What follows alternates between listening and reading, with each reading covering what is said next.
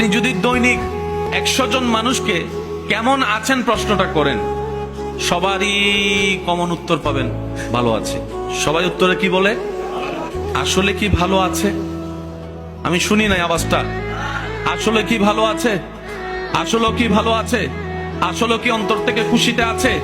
আসলে কি সংসার জীবনে সুখে আছে? আসলে কি ব্যবসার জীবনে সুখে আছে? আসলে কি টেনশন ছাড়া আছে? আজকাল তো ছোট বাচ্চা জন্ম নিল গালে হাত দিয়ে ঘুমায়। ছোট বাচ্চাও জন্ম নিলে দেখবেন যে গালে হাত দিয়ে ঘুমায়।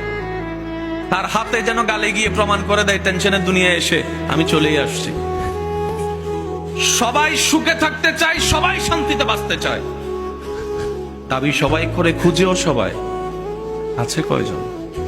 প্রশ্ন যখন আপনি ছুটবেন, চতুর্দিক থেকে চুপ গড়িয়ে যখন নিজেকে আয়নার সামনে দাঁড় করাবেন, আপনার মনেই আপনাকে বলবে তোর বাড়ি আছে কিন্তু তোর সুখ নাই, তোর গাড়ি আছে কিন্তু তোর শান্তি নাই, তোর স্ত্রী আছে, স্বামী আছে, কিন্তু তোর ভিতরে প্রশান্তি নাই, তোর সম্পদ আছে কিন্তু তোর খাওয়া। এই প্রতিটা মেয়েকে আল্লাহ জিজ্ঞাসা করবেন, তোমাকে পর্দার বিধান দিয়েছিলাম, কেন পর্দা করো? প্রত্যেক মুসলিমকে আল্লাহ জিজ্ঞাসা করবেন, 5 ওয়াক্ত নামাজ ফরজ করেছিলাম, নামাজ পড়ো নাই, ঠিক মতো পড়েছো কিনা? প্রত্যেক খনিকে আল্লাহ জিজ্ঞাসা করবেন, দাঁড় করিয়ে একজন করে, একসাথে 10 জন না, একজন করে আসো, একজন করে। এই আব্দুল্লাহ তুমি আসো, এই আব্দুর রহমান তুমি আসো, এই ওবায়দুল্লাহ তুমি আসো, এই রহিম তুমি, আব্দুর রহিম তুমি আসো।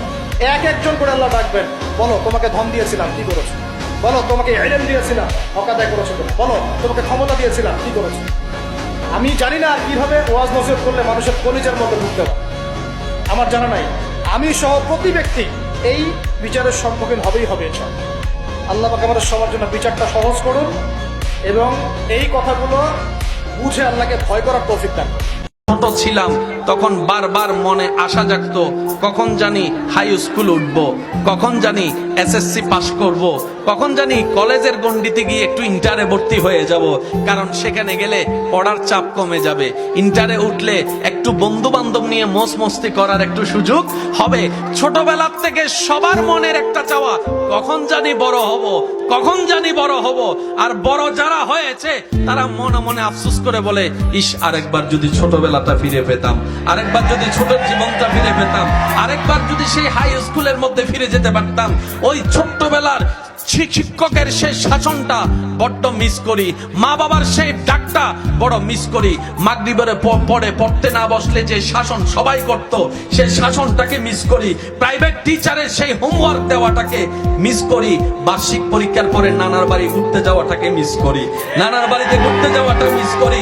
ছোট্টবেলায় 2 টাকা পেলে যে আনন্দটা লাগতো, অনেক ভাইয়ের আমার সাথে হয়তো একমত হবেন, এখন 1000 টাকার মধ্যে সেই আনন্দ খুঁজে পাওয়া যায় না, আনন্দ খুঁজে পাওয়া যায় না।